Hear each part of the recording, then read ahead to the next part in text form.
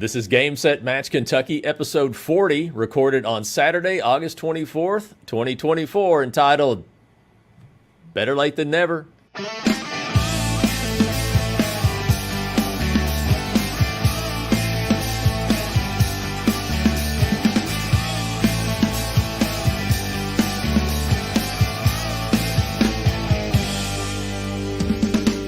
Hey everybody, it's time for another episode of Game Set Match Kentucky, where we talk about all things related to the Central Kentucky Tennis Series and probably a whole lot more that you never asked for. We're recording on Saturday, August 24th. I'm Chris Godby, the chairman and one of the founders of the CKTS, where the lines are good and sandbagging is for golf, and often we take a shot at pickleball whenever we get a chance. Not take a shot at playing it. We don't play it. Take a shot as in making fun of it, you know.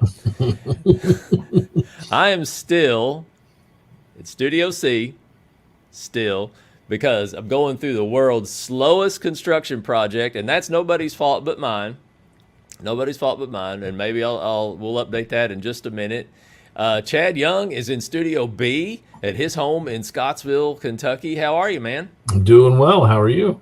I'm doing okay for a Saturday morning. I actually got almost enough sleep. Never will get enough sleep. I don't think that's happened all year long, but I get what I can get. So anyway, it's been a while since I've seen you in person, and I hope everything's going okay at work and with middle school tennis. And I know you got a lot going on. Yeah, this is supposed to be the off season, but summer's been somewhat slow, but we're picking things up with the fall. We've got some events going on, and as you said, middle school started last week, so it's always a fun ride. But I got to play this morning, almost played 5 sets. Fortunately, we won in 4, so it was a good 2.5 hours of tennis, and it wasn't terribly hot. The humidity was low. I think that's what made it more bearable, but things are going to heat up as we get ready for Glasgow next weekend. Last weekend I played. I was there in Bowling Green, but you weren't there. But I was in Bowling Green. You had to work, I think. I was playing in the Gator Open, which we'll talk about on our next episode of the podcast. But I played in the Gator Open and did something to my shoulder. I don't know. I was reaching for a high overhead, I think. And it came down, and I remember saying to my partner, I think it did something to my shoulder. But finished the match. It didn't really hurt till the next day. And this week, I've kind of been taking it easy. Some days are good, some days are bad. I hope everything's okay, because I want to be able to play in these tournaments that we've got coming up. Wasn't able to play for schedule reasons. I wasn't able to play in the state mix, so I want to wish good luck to our friends that are playing in that at this moment. Friday and yesterday and today, they're playing in the state mix, so good luck to them, and hope they're having a good time. I know they're having good weather, so we've got a ton of stuff today. And what we're going to do is we're going to go through everything as quickly as we can and try to do everything as much justice as we can. But we're going to start by looking at the results of last month's Danville Open. We're also going to look at, 2 tournaments today for the price of 1, Chad. We're going to look at Danville Open and also the Alton Blakley Lake Cumberland Open that happened earlier this month in Somerset. And are you writing this down? If you got an intern with you, by the way, taking notes, I'm sure you got an intern there. Big, high-profile, professional guy like you. He's probably got an intern. Well, tell her or him to write this down, okay? We're going to look at the point standings today. Oh, wow. What are those? What are point standings? It's been so long, I've almost forgotten what that is. But yes, we have point standings. Better late than never, because eventually we got to know who's winning these divisions and who's going to get some awards and some hardware at the end of the season. So, but we're what? Are we 5 tournaments in or 4? We're actually 6 tournaments in. We're going to look at the first 5 tournaments. The 6th tournament, the Gator Open, which was last weekend, actually technically just finished on Thursday night. There was a match that had to be moved to Thursday night. I can't remember the reason, but now it's complete. And I'm going to print those, and on our next edition, we may have a couple more tournaments to add to the point standings. So, but we'll look at what we've got. We'll also take a peek at things that are coming up for the CKTS and for other tennis events that are happening around Kentucky. But first, let's jump straight into the Danville Open results. What do you have, Chad? All right, in boys 12 singles, Connor Peace was the winner in the round robin by winning both of his matches, and Tucker Snow finished runner-up. In boys 14 and under singles, Ace Osman was the champion, and Max Watson was the runner-up. In boys 16 singles, Timothy Jones defeated Ace Osman.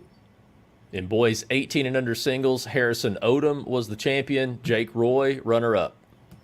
Girls, there was no girls 12 and under singles, so in girls 14 and under singles, Reagan Lee defeated Madeline Levy. In girls 16 and under singles, Claire Riney was the champion by defeating Anna Watson. Girls 18 and under singles, Peyton Limley defeated Paisley Harris. In boys 18 and under doubles, the champions were Blake Bishop and Sean Williams. The runners-up were Isaac Murray and Walker Stevenson. In girls 18 and under doubles, Peyton Limley and Paisley Harris defeated Claire Riney and Lauren Bragg in a third-set tiebreaker, 10-5 in the tiebreak. In the mixed 18 and under doubles at the Danville Open, Mason Young and Emma Young defeated Jake Roy and Emma Bello for the championship. In the adult divisions, in men's open singles, it was Matthew McGrail defeating Kyle Jeffries. In men's C singles, it was Stephen Parsons, the champion, and Larry Kohler, the runner-up. Men's B singles, Philip Riney defeated Evan Brown. There was no men's 40 over singles. Let's go to women's open singles. The champion there was Susanna Prince defeating Allison Grace Gossett. In women's B singles, Molly Demrow defeated Amber Wolf. In men's open doubles, Micah Goodwin and Noah Swensky defeated Jacob Centers and Jose Guijosa. In men's C doubles, there was a round robin, and Kaylin and Tanner Reed were the winners by going 2-0. Charles Roberts and James Roberts were the runners-up. In men's B doubles, it was Van Patterson and Dan Duncan defeating Craig Overstreet and Troy Qualls. There was no men's 40 doubles, so we'll go to women's open doubles, and Gracie Catton and Alexis Hales were the winners over Carmen Cundiff and Julia King. In women's B doubles, it was a round robin. The champion was Sarah Brown and Jaylene Campos. The runner-up was Erin Riney and Lauren Bragg. In mixed open doubles, it was a round robin. Stella McCumber and Matthew DaCosta were the winners, going 2-0. Abby Helm and Nathan McQuarrie were the runners-up. And in mixed B doubles, Trevor Ball and Ava Clark were the champions. The runners-up were Amber Wolf and Evan Brown. So that's a look at the results of the 2024 Danville Open that was held July 20th and 21st, obviously, in Danville, Kentucky, at Millennium Park. There were also some matches at the Danville High School courts, which are stationed at Bate Middle School. And we had a brand new tournament director this year, Teo Costello. He's the coach of the Boyle County High School tennis team. And Pam Burkett was a lot of help to him, and her daughter Jana Burkett, and also Greg Foley, the coach of Danville High School. So lots of help and volunteers. And for the first time in Danville, I was impressed with how well they put everything together. They've already said they're ready to do it again next year, and we're excited to go back there. Very nice facilities, and just, it was hot. But, it's hot at most of these tournaments. There's not much you can do about that. But I had a good time, and with 2 straight round robin losses, still had a good time, and got to see some friends that I hadn't seen in a while. So I was glad to be there for that. Okay. Before we move ahead, Chad will tell you about Family Medical Centers. Family Medical Centers is a community health center with more than 225 locations throughout South Central and a portion of North Central Kentucky in 33 counties. They've been providing health care to Kentuckians for over 17 years, providing complete primary care services. They also offer pediatrics, OBGYN, oral health services, school-based health centers, behavioral health services, mobile optometry services, substance use disorder treatment, a pediatric wellness program, workplace wellness program, a discount pharmacy program, outreach services, local scholarship opportunities, and more. Family Medical Centers has been recognized as a national quality leader by the U.S. Department of Health and Human Services. Check them out on their website at cumberlandfamilymedical.com or on Facebook at facebook.com/Family Medical Centers and on Instagram and Twitter at Cumberland FMC. And a big thank you to Family Medical Centers. Now let's look at another tournament result more recently. This is from early August 3rd and 4th, the Alton Blakley Lake Cumberland Open. It was held in Somerset. This was the 6th or 7th year of that tournament, I think, and the volunteers there do a great job. We had a brand new tournament director. Again, 2 tournaments in a row, Chad, that we had a brand new tournament director. This time it was Allison Sobiek, friend of mine. She did an awesome job. I'm going to venture to say one of the best first-time jobs by a tournament director ever. Now, she does have a big crew of volunteers, too, including her husband, Chuck. Hello, Chuck, if you're watching.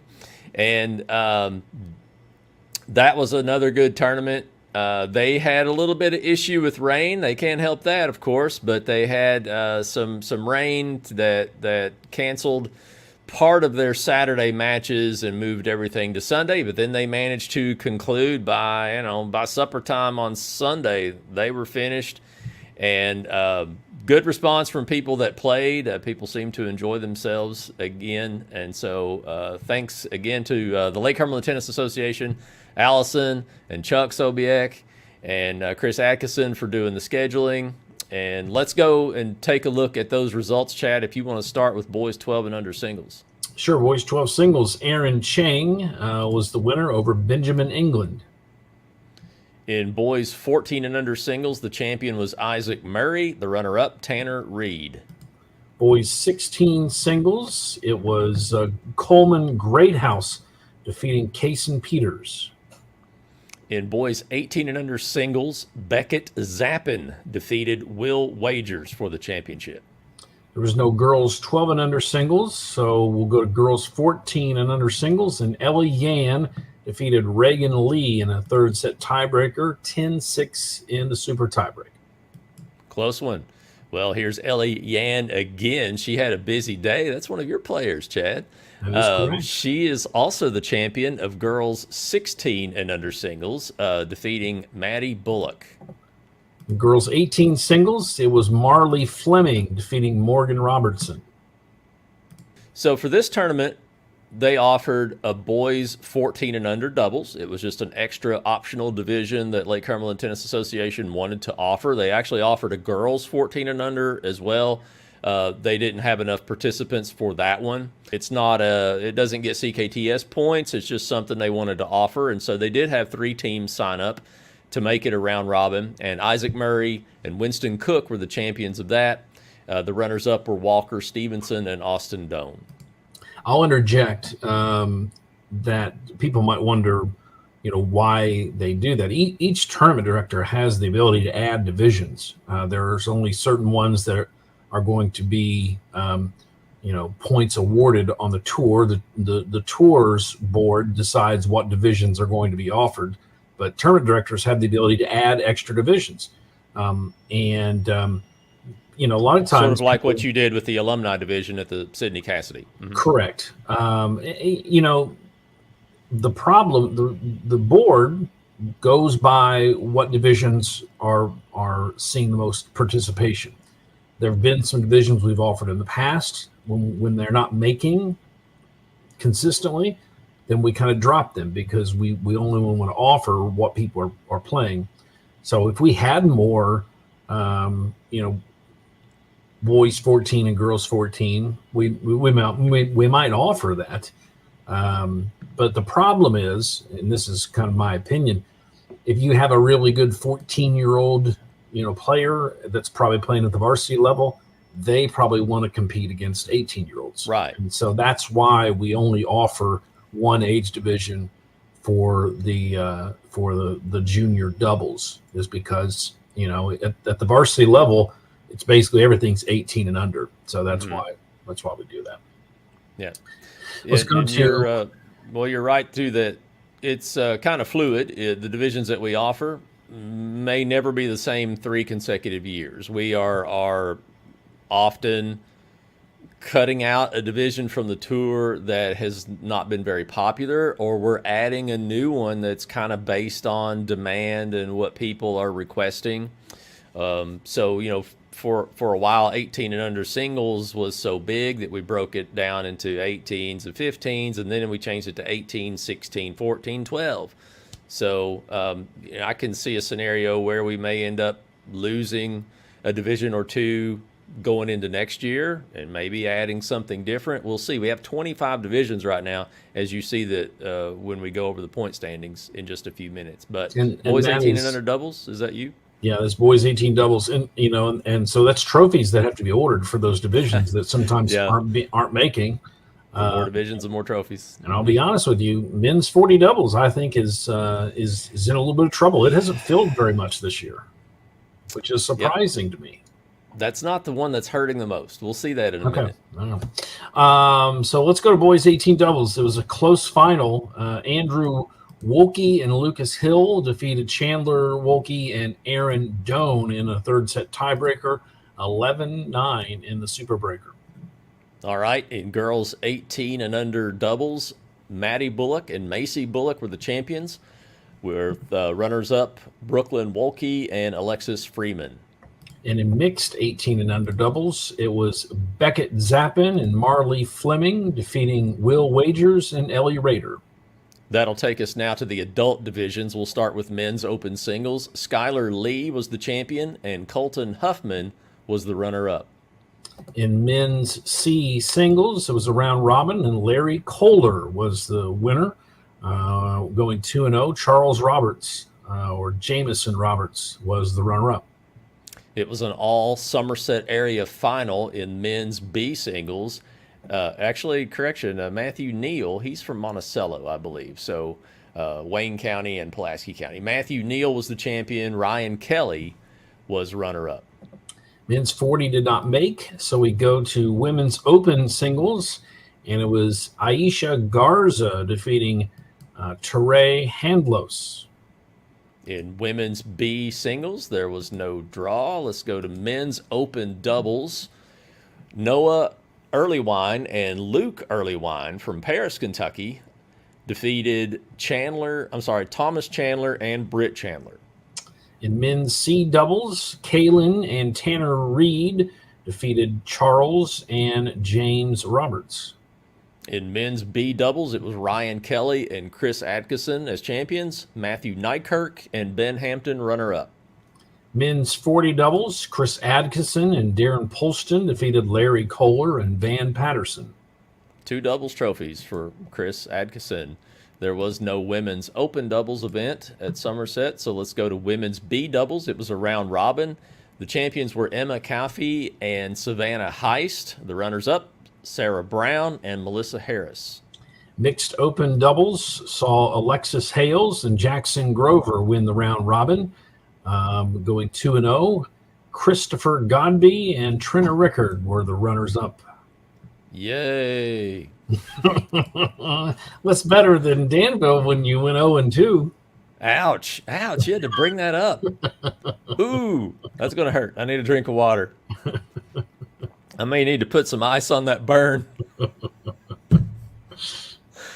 All right, let's see. And is this the last? This is the last division for the Lake Cumberland Open.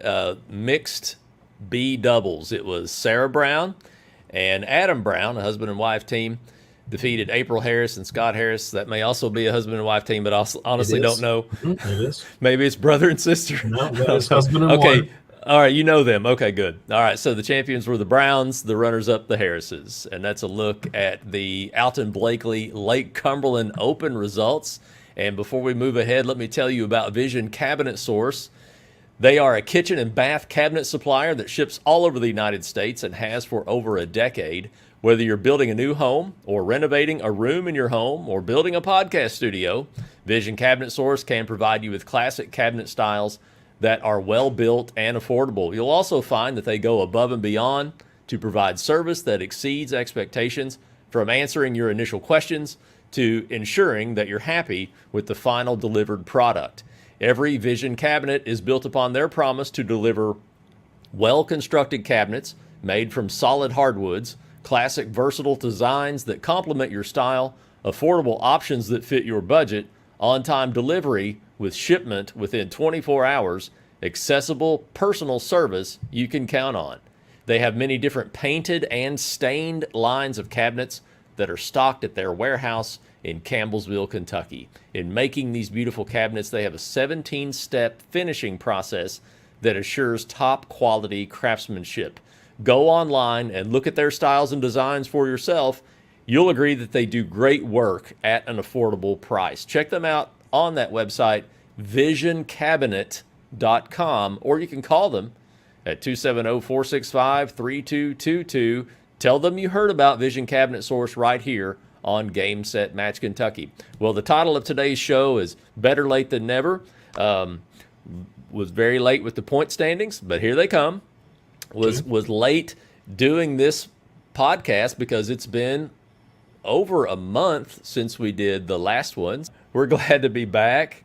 Better late than never. And also Chad was kind of late this morning. Since he burned me, I'll burn him back a little bit. He was late for the 10 to 10:30 a.m. recording, and we finally got started at 11:30. No hard feelings at all. So we're going to look at the point standings now at long last. These point standings are online at CKTStour.com. As you're seeing this, you can view them at any time, and they'll be updated a little more quickly in the future, I think, and I've said that before, so don't hold me to it. Anyway, let me get that document. Let me make sure I got that document up on my screen, Chad. Are you ready? You want to start with men's open singles? Yep, men's open singles. So we'll kind of give a snapshot of who's leading and who's in contention. Matthew McGrail is leading the way with 7.5 points.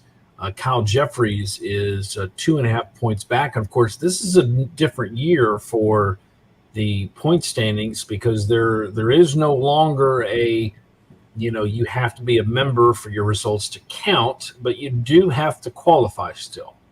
I'm glad you mentioned that. Yes, everyone that plays now is in the point standings, since technically everyone that plays a CKTS tournament is a CKTS member now. So in the past, you only saw members listed. Now you'll see everybody, no matter how many or how few matches they've played. However, we have always had a rule in our 22-year history of the tour that you must play twice in a division to qualify to win that division. So when you're looking at the point standings and you see several names in blue on any given page, those are people that have only played once, and they need to play at least one more time to have a shot at earning the title. So the leaders will be in red. If you've qualified, your name will be in black, and that's how that works. So let's go now to men's B singles. The leader right now is Jun Tomioka, and the tied for second place are Evan Brown and Bivin Turner. Let me add this too. What we're looking at right now is just through the first 5 tournaments, from Miller Park in Campbellsville to the Lake Cumberland Open in Somerset. The Gator Open has just completed a couple of days ago. We're going to get those points updated soon as well. Men's C singles, Larry Kohler, fresh off that win in the Lake Cumberland Open, is leading Jamison Roberts by 4.5 points. He's got a pretty good lead after playing all 5 tournaments so far this year. Okay, men's 40 singles. I think you brought this up when we were going over some tournament results. It's been a light turnout, and there has only been one tournament so far where we had participants, or enough participants, to play men's 40 singles. So that division, I don't know, that could be on the chopping block because after one tournament, no one has qualified. Now, if somebody wants to win this award, we've got 2 tournaments left, Glasgow and Russell Springs. Play one of them, and you could end up winning the men's 40 and over singles this year. All right, so let's switch to one of the junior divisions. Boys 18 and under singles is a pretty close race. Samuel Bryan leads Jake Roy by 1 point, 7-6. And depending how the Gator Open results are going to look, we don't know. It still could be with 2 tournaments left. It's still an opportunity for some people to jump up near the top of the list. In boys 16 and under singles, at the end of the Somerset tournament, we have a 3-way tie for first place with Timothy Jones, Miles Mudd, and Ace Osman. In boys 14 and under singles, Ace Osman has a healthy lead. He's won 3 of the 5 events and has a healthy lead over Tanner Reed, who's let's see, that's 8.5 points back. It's going to be a very, very difficult to catch. Steep hill. That's a steep hill. Yes. And boys 12 and under singles, Jonah Bradstreet has a narrow lead over 2 people tied for second place, Mason Hales and Tucker Snow. Men's Open doubles, Matthew Smith leads the way with 7 points, and he is the only person in that division who is qualified. He's the only one who's played 2. Now, that doesn't count the Gators, so there might be some in there. Go on down to the second page. There's a Chad Young at the very, very. Oh, I see Brandon Harris. Yeah, Brandon Harris. Brandon Harris would be, if the awards were today, he would be in second place, even that far down the list, because he's the only one that has. There's been really good numbers of participants, of various participants in men's open doubles, but it's just getting somebody to play 2 times. And and again, we'll see how Bowling Green Gator turns out, and then there are 2 tournaments remaining, so all this could drastically change. Well, the Lord willing, Chad Young is playing Glasgow in the men's open division, so I'll at least be qualified. So well, you better play Russell Springs too. I'll do my best. Okay. Listen, Trent has been on me for years to play her tournaments, so once I had the ability to do so, I'll try to play yours as well. Well, it's not mine. It's not mine. Oh, no, it's just in my city. Town. Yeah, it's in your town. My town. Yes, it's in your town. And I'm going to offer the use of my court. Yeah. So, who knows? Couch. And couch. Yeah, I did say that you could crash at my house. Yeah, you're more than welcome to do that. Yeah. Let's go to men's B doubles. Van Patterson is the leader right now with 14.5 points. His sometimes partner in doubles, June Tomioka, is in second place. In men's C doubles, Jameson and James Roberts, the father-son duo, have a pretty healthy lead. They're both at 13 points. Richard Jackson and a host of others are at 8 points. In men's 40 and over doubles, this is an event that we've had 3 of the first 5 tournaments and weren't able to field it 2 of the other times. But right now the leader is Darren Polston, who played in Campbellsville and Somerset. And technically in second place is the Humphreys brothers. Got a funny story about the Humphreys brothers. They're father and son, Don and Steve Humphreys. But they've been nicknamed for years as the Humphreys brothers. And at Somerset, they were playing. And I arrived for my match while they were on court playing theirs. They were wearing matching T-shirts that said Humphreys brothers, I think on the back. Matching. Now, nothing wrong with matching. Nothing wrong with doubles partners matching. But yeah, because you've been accused of matching your partner before. Been there, yeah, been there. The last match we won, we were not matching, and I'm kind of pushing towards that not matching. Ooh. So, anyway, in men's 40 doubles, the Humphreys brothers are in second place right now as of Somerset. Darren Polston in first place. Another funny story. I think I've told you this. In Lexington a couple of years ago, someone was adamant to me that they were brothers. And I'm like, no, I don't think they are. They act like brothers. They act more like brothers than father and son. And I'm not sure how old Don is, but he can play. He got new knees a few years ago, and he is a whole different player. And I've heard other people say that too. I've seen it for myself, but I've heard that from other people too. So shout out Don Humphreys. Way to go, way to play. It's encouraging. You've got boys 18 and under doubles. Boys 18 and under doubles. So, doubles can be a little weird because you have people that sometimes play with multiple partners. Miles Mudd leads the way with 8 points over Josiah Castanier and Maddox Powell. Okay, let's take an interesting look here at women's open singles. I would say that this is probably the most number of women that have played women's open singles in a long time. But what's the problem? Do you see the problem? They're playing one event and that's it. They've only each played once Yeah, as of Somerset. So, nobody's qualified. we're not spoiling ahead to Gator Open yet because I don't know. But as of Somerset, they've all just played one time, and that's several different participants. That's a good number for that division. It really is. That's been a division that has struggled historically the last couple of years. Yes, it has. It has struggled historically. So if you have played that in Campbellsville, E-Town, Danville, or Somerset, play it at Glasgow or Russell Springs. You've got new courts to play on in both of those towns. So let's take a look then at women's B singles. Well, I did a quick glance, and so we did have women's open doubles make at the Gator Open. Okay, good. And one of these young ladies did play. Hallie Lindsay played, so she would qualify. And I think that is, yeah, I don't see the other one on there. So right now, she'd be the unofficial leader. She'd be the unofficial leader. That's great. That's great. All right, so let's go down to women's B singles. And Karina Rosales has a slim lead over Molly Demo. Yeah, well, nobody's qualified, but there are three who are 1 point back. She's the only one qualified. She's played 2 events. Yeah, this was Somerset was one of the rare tournaments that had women's open singles, but it didn't have anybody that wanted to play, or didn't have enough. Maybe just had one, and they had to play open because there was just one. Mm-hmm.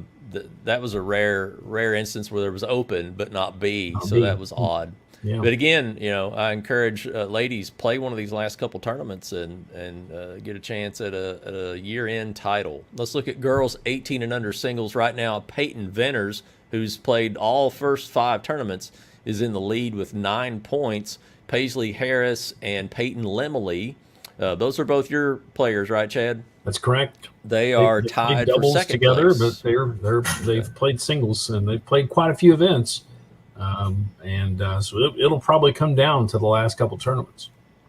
Yeah, they're tied for second, so we'll see what happens there. Maybe they did play Gator. And you've got girls 16. Girls 16 singles. Claire Riney has a solid lead because I know she won the Gator Open too as well. So she has a big lead over Paisley Harris, who's in second right now. And look at Ellie Yan coming in there at third. Mm-hmm. All right, girls 14 and under singles. We have a tie at the top between Reagan Lee and Ellie Yan. Both have 7 points. In girls 12 and under singles, well, I think this was the answer to the question from earlier. Yep. Interesting here that a division that in recent years has been pretty strong, those girls have grown up and moved on into older divisions, and nobody's coming up behind them just yet. So we've had no participation in girls 12 and under singles. And I think the reason for that is I think a lot of girls are playing up. I think we have a lot of girls in the 12s that are also playing in the 14s. I highly encourage that. So that's good to hear. And maybe it was played. We're not going to take the time to look, but maybe it was played at the Gator Open last weekend. We don't know. So, but it could be played in the last 2 tournaments as well. Here's another interesting one. Women's open doubles. Wow. And again, really good numbers. For 5 tournaments. Had about 20 people. Just once. 20 people have played in it, but nobody's played more than once. So nobody right now is qualified. Yeah, and that's going to change. That's going to change. We're going to get. In fact, I recognize one name that I know played at the Gator, and I don't want to say it because there might be more, and I don't want to leave anybody out. And we're going to catch up to all that, though. We're going to catch up to all that. Better late than never. Women's B doubles. Sarah Brown leads the way over Amber Wolf, who's currently in second place. All right. And lots of women playing B doubles. Let's go down to girls 18 and under doubles, where Lauren Bragg is in the lead with 14 points over Claire Riney with 11. Mixed open doubles. This is an interesting one because you have in mixed, you have a male leader and a female leader. And right now at the top of the standings is a team that's played together. Alexis Hales leads the way with 10.5 points. Her partner for most of the tournaments has been Jackson Grover. He leads the males with 10 points. And I believe Alexis picked up 2 points this past weekend, and so her lead is gonna extend a little bit. Jackson was not able to be there. Alexis played with our friend Brad, her father. Her father. All right, let's go then to mixed B doubles, where Evan Brown has 9 points and is the leader of the men, and his fiance Amber Wolf has 7 points and is leading the women in mixed B doubles. Mixed 18 doubles, Emma Bello and Jake Roy are the respective leaders. Emma leads the females and Jake Roy leads the males. They've played together twice. They both have 5 points. There's a ton of people behind them with 4, so that one could be decided in the last couple tournaments. So that's a look at the current point standings through the first 5 tournaments. So it's not completely current since we've had 6. But let's look at some more opportunities to earn points that are coming up. We've got the Glasgow Open next weekend as we record this, a week from today, August 31st and September 1st. That's Labor Day weekend. It's obviously in Glasgow, Kentucky, where there are brand new tennis courts now at Barron County High School. So that's really exciting. That's been a long time coming. Looking forward to seeing those courts and more importantly, to playing on those courts. Entries will close this Tuesday, August 27th at 6 o'clock Central Time. Also, 2 weeks after that, this will be September 14th and 15th, the Russell Springs tournament is back. And the tournament is now called the First National Bank Russell County Open. Again, it's September 14th and 15th in Russell Springs and Jamestown, Kentucky. It's all in Russell County. It's all like 8 minutes apart. Entries will open on Monday, September 2nd. I forgot to edit that in the Google Doc. The deadline then will be Tuesday, September 10th at 6 p.m. Central Time. And beyond that, we are making plans now for a year-end event for CKTS. It's going to be sort of different than what you're used to the last few years. That's all I'm going to say about it right now. Chad, do you want to say anything about it while still being vague and really not saying much about it like I just did? You know, I think I don't want to, well, you really put me on the spot to try to be vague. You don't have to. We want people to come and play tennis. It's going to feature, in the past, we've always had an awards ceremony with free tennis before. We're going to emphasize the free indoor tennis part of it. Yes. And try to get people to just come and just have some fun and make it a social event, I think is what our goal is. Now, there are rumors that Game Set Match Kentucky's going to be there. I've heard that rumor. Yeah, I mean, I know you and I are going to be there, but like as Game Set Match Kentucky, like set up, maybe. It's just a rumor. I don't know if it's true or not, but we're the only ones that could confirm that rumor. So that's probably happening. There's a difference between us being there and us having the equipment there to record a podcast. Exactly. That's going to be on Sunday, November 10th. More details to come. You can visit cktstour.com to register for our tournaments and see our complete tournament schedule. Our tournaments, by the way, are sanctioned, USTA sanctioned, for juniors and adults at level 6. Our friends at Soki Tennis, the Southern Kentucky Tennis Association, always have lots going on in the Bowling Green area. Chad, do you have anything you want to share about events coming up? Yeah, you mentioned the CKTS is our level 6s. We have a level 4 adult tournament coming up after the CKTS season concludes. So 2 weeks after the Russell County tournament, we have a level 4 sectional tournament. It's called the Kentucky Age Group Open. This is not level based. This is all age based. So this is singles and doubles for 30 and over, 35 and over, 40 and over, and so on, going up to, I guess, 80, 85.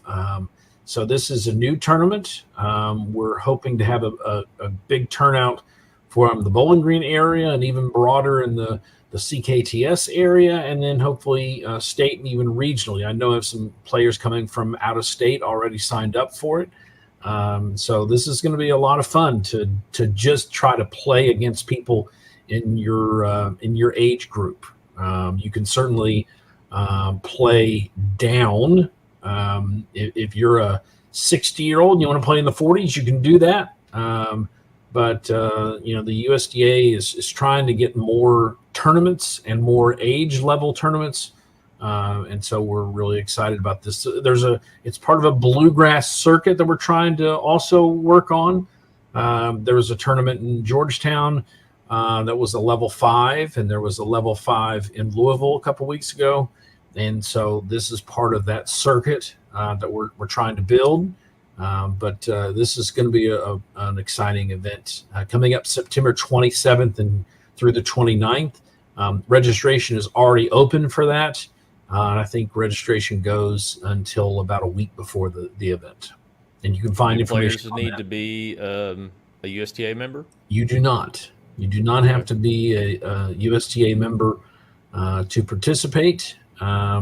It's just like our tournaments. You pay the registration fee, but you do not have to be a USTA member to play. Got it. Okay.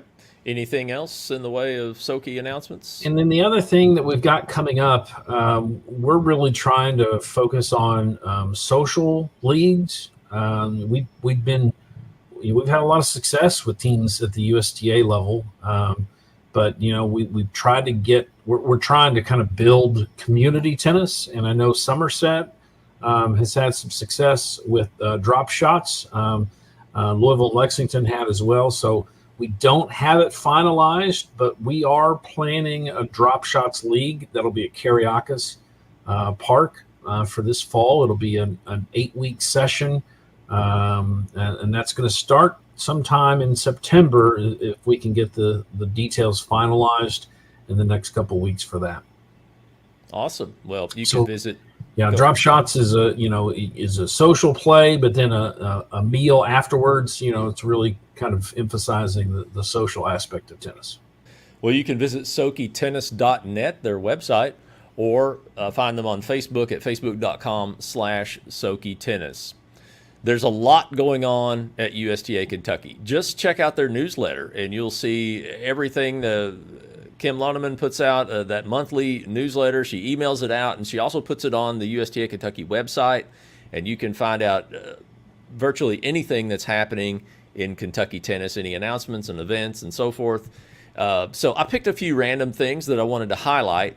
First of all, we'd like to congratulate our friends in the Owensboro area. Center Court now offers 12 outdoor and 6 indoor courts. All of the courts at Center Court and Moreland Park were resurfaced as part of the project. And so adult championships and junior tournaments are going to be played on the new courts later this summer. It's always exciting to hear when a facility has updated their courts, resurfaced their courts, built new courts. It's always better to hear that than they turned them into that what sport, So that's 24 outdoor courts within 2 miles.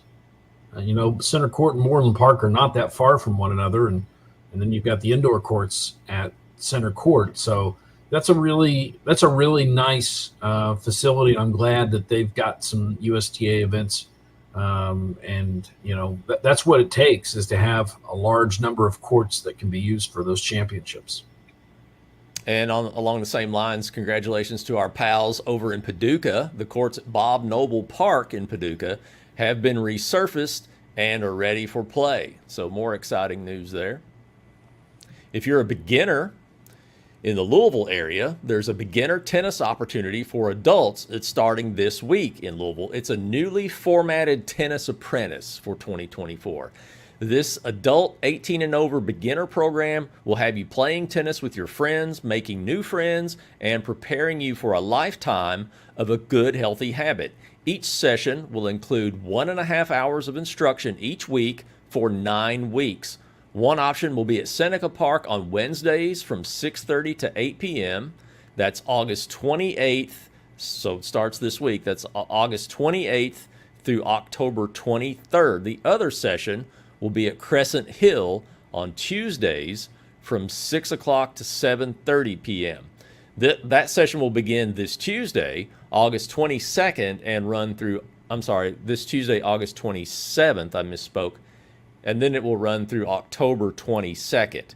Look for the details, again, in the newsletter at KentuckyTennis.com or USTAKentucky.com. Both of those domain names will take you to the same website. And speaking of that website, I don't know if you've seen this or not, Chad. How about some USTA merchandise?